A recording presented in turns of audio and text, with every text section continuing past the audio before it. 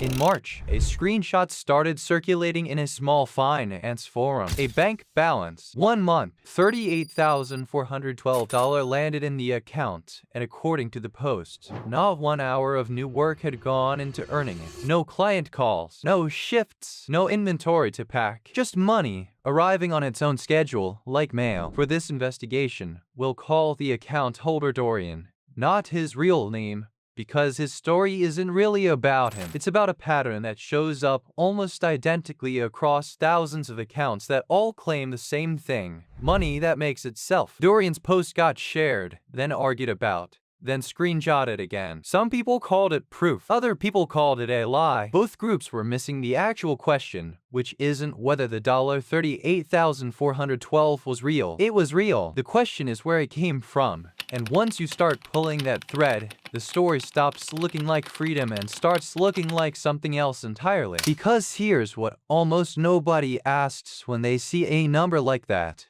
What was happening in this person's life 3 years before the screenshot? Not 3 months. 3 years. That gap between the moment money starts arriving and the moment the work that created it actually happened is where the entire passive income industry hides its most important secret. It's not that passive income is fake. It's that almost everyone selling it is only showing you the part of the timeline that makes the story worth watching. So before we get to what really happened in Dorian's 3 missing years, we need to understand why this particular lie works so well on smart, hardworking, financially literate people. Not lazy people, not people looking for a shortcut. Regular people doing regular jobs who fall for a version of this every single year and lose money doing it. Because when you trace where that $38,412 actually came from, the money trail doesn't lead where you'd expect. Picture someone finishing a 10-hour shift. They're not thinking about investment portfolios or dividend yields. They're thinking about one thing: there aren't enough hours in the day to earn what they need without giving up the hours they have left for their kid, their gym session, their sleep. That feeling has a name economists use quietly: time poverty. It's the sense that no matter how much money exists in theory, you personally don't have enough hours left to go get more of it. And this is the real thing being sold whenever someone advertises passive income. Not money, time. The fantasy is a version of income that doesn't cost you any more hours than the ones you've already spent. That's worth sitting with, because it explains something strange. Passive income content doesn't mostly get watched by broke people looking for a miracle. It gets watched by tired people with decent jobs who have done the math and realized that working harder has a ceiling. You can only pick up so many extra shifts. You can only send so many extra invoices. At some point, more effort stops producing more money, and that ceiling is where the appeal of money without more hours becomes almost irresistible. Here's the part that stings a little. If you've ever stayed up until 1 a.m. to build an inside project and exhausted, telling yourself, once this is done, I'll finally do something looking to make it less sleep. That's not naivety. That's a completely rational response to hitting a wall on trading hours for money. Almost everyone building any kind of income stream outside a paycheck has had that exact night. But this is where the trap sets itself. The instinct is correct. Trading hours directly for money does have a ceiling. The solution being sold, though, is usually not what it claims to be. Because if freedom from hours is what everyone actually wants, there's a question worth asking honestly.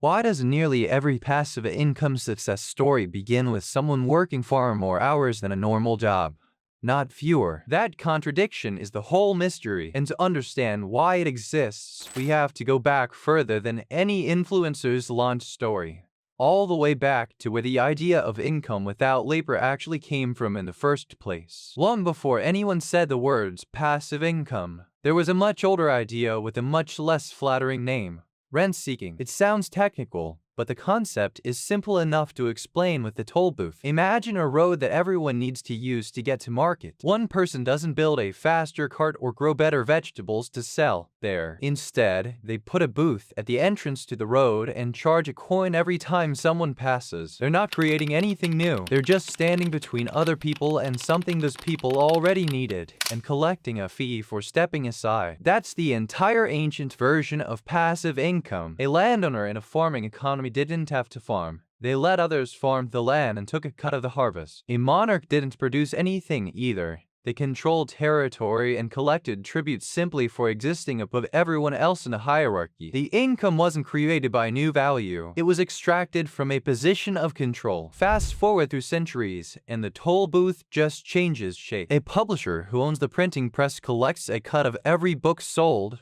regardless of who wrote it. A record label that owns the master recording collects royalties for decades on a song recorded in an afternoon. In every case, the person collecting money isn't the one doing the daily work anymore. They're the one who owns the position everyone else has to pass through. This matters because it reframes what real passive income has always required. Not effort-free income, but ownership of a bottleneck other people depend on. That's a completely different thing than money that appears because you found a clever trick. Owning a bottleneck usually takes capital, or years of built reputation, or legal ownership of something scarce, none of which arrive for free. Which brings us to today's version of the toll booth. It doesn't look like a castle or a printing press. It looks like an app icon, a course landing page, a rental listing, same mechanism, different costume, and the same toll booth trick is playing out right now, just wearing a hoodie instead of a crown, which is exactly where Dorian's story picks back up. To understand what's really being sold, it helps to look at 3 of the most common passive income streams people chase and what actually sits underneath each one. Start with rental property. The classic. On paper, it's simple. Buy a place, someone else pays you to live in it, money arrives monthly. In practice, ask any landlord what their phone looks like at 11 p.m. when a pipe bursts. A broken water heater doesn't care that the income was supposed to be passive. Someone has to answer that call, find a plumber, cover the gap if the tenant is late, and handle the paperwork every single year. It's real income, and it can be very good income. But it's a part-time job wearing a disguise, not an absence of work. Next, dividend investing.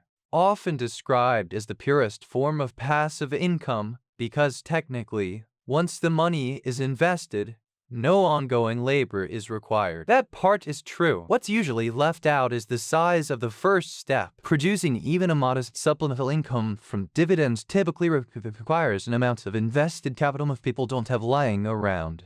Which means the passive part only starts after years of active saving, active earning, and active discipline with people underestimate. Then there's the one everyone's seen most. Online courses and content. Someone builds an audience, packages what they know into a product, and eventually, sales come in while they sleep. What almost never gets shown is the 18 months of unpaid filming, failed posts, and free content that came before a single dollar existed. The sleep and earn moment is real. It's just the very last chapter of a story that started with an enormous amount of unpaid, uncertain labor. Here's why smart people still fall for the version without the backstory. Survivorship bias. We only see the accounts that made it, posting the highlight, never the 90 that quit filming free content in month 4 with nothing to show for it. Our brains aren't built to automatically multiply one visible success by the 100 invisible failures behind it, so the odds feel much better than they actually are. There's also a simpler, more human reason. Believing effort-free income is possible feels better than accepting that most financial progress is slow and effortful. That belief isn't stupidity, it's comfort, and comfort is one of the most expensive things a person can buy without realizing they're paying for it. All 3 of these streams have one thing hiding in common. And once you see it, you'll notice it in almost every passive income story you've ever been shown. Here's the hidden mechanism connecting the landlord, the investor, and the course creator. None of them actually escaped trading time for money. They front-loaded it. All the hours got paid up front in a lump, usually with no income at all during that stretch, and only later did the pay arrive. Spread out in a way that was passive because it's disconnected with the original effort in time. There's a useful name for this: time laundering. Not because anything illegal is happening, but because, just like money laundering disguises where funds originally came from, this process disguises where the income originally came from. The labor gets buried in the past, far enough back that by the time the money shows up, it's easy, even for the person earning it, to forget it was ever labor at all. This reframes the entire category. Passive income isn't income without work. It's income where the work and the payment have been separated in time, sometimes by months, sometimes by years. The bigger that gap, the more passive it looks, and the more misleading it is to someone seeing only the payout end of the timeline. Once you can see that gap, a much more honest way to think about income opens up. A spectrum, not a switch. On one end sits fully active income. You stop working, the money stops. A step up is leveraged income, where you're still working, but your effort is multiplied through other people or systems, like a small team or an automated process. Further along is systemized income, where a business runs on documented processes that don't require your daily presence, even though someone still has to maintain them. And at the far end sits true capital-based passive income.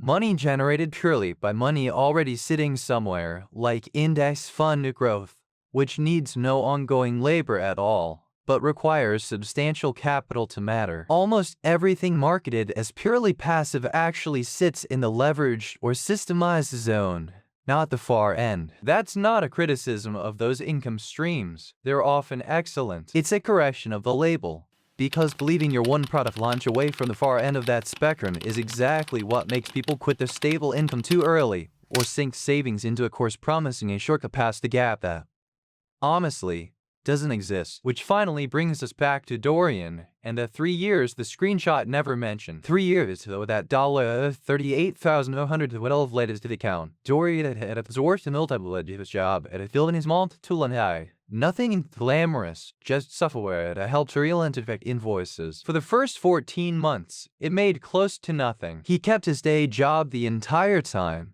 coding at night, fixing bugs on weekends, answering support emails from the handful of early users for free, because he couldn't afford to hire anyone to do it for him. Somewhere around month 16, a small wave of users found the tool through word of mouth. Revenue went from nothing to a few $100s a month. He didn't quit his job. He kept building, kept fixing what broke, kept answering emails, now from hundreds of people instead of a handful. By month 30, the tool had enough paying users that the monthly revenue crossed into the thousands, largely maintained through automated billing and a small support system he'd built to handle most questions without him. That's the month the screenshot was taken. 30 months of unpaid, uncertain, often frustrating work, compressed into a single image that showed none of it. Not because Dorian was lying. He genuinely wasn't working that particular month, but the income wasn't free. It was 30 months of labor, payout on a very long delay, arriving all at once in a way that looked, to anyone scrolling past, like magic. This is the answer to the mystery from the very beginning. The $38,412 wasn't fake, and it wasn't luck, and it wasn't a trick. It was real income from real ownership of a real bottleneck, a tool that thousands of freelancers depended on. It just wasn't free of work. It was work, laundered through time, until the connection between the two became invisible to everyone except the person who lived through the gap. And that changes the entire question someone should be asking when they see a story like this. Not how do I get income without work? The honest question is, what am I willing to front load for how long before any payout arrives at all? And can I actually survive that gap? That's a far less exciting question. It's also the only one that's true. None of this means passive income is a scam, or that the people teaching it are lying on purpose. Most of them genuinely built something real, then genuinely forgot how long the invisible part took, because that part wasn't fun to document. The problem isn't the destination, it's skipping the gap in the story. So here's a practical way to use everything we've just uncovered. Before starting any income stream sold as passive, place it honestly on the spectrum from earlier, active, leveraged, systemized, or capital-based, instead of assuming it belongs at the far end. A rental property is leveraged, not passive. A course business is systemized at best, and only after the free content phase is over. Naming it correctly changes your expectations from the very first day, which is often the difference between quitting in month 4 and still being there in month 20. Second, calculate the real hourly rate hiding behind any passive claim before believing it. Take the total unpaid hours someone likely spent before their first payout. Ask directly, if you can, and divide their current income by that number, not by the hours they're spending now. That single calculation exposes almost every inflated promise instantly, because the honest number is usually a fraction of what the pitch implies. Third, if you're currently in a front-loaded gap yourself, building something with no income yet. That gap is not proof you're failing. It's the actual mechanism, not a detour from it. Every real example in this investigation went through it. The people who quit in that gap aren't the ones who picked the wrong idea. They're often the ones who believed the highlight reel and expected the gap not to exist. And if you're choosing between chasing a passive income stream and simply negotiating a raise, taking on a slightly better paying role, or asking for one, that ordinary active income move is often the faster, more reliable path,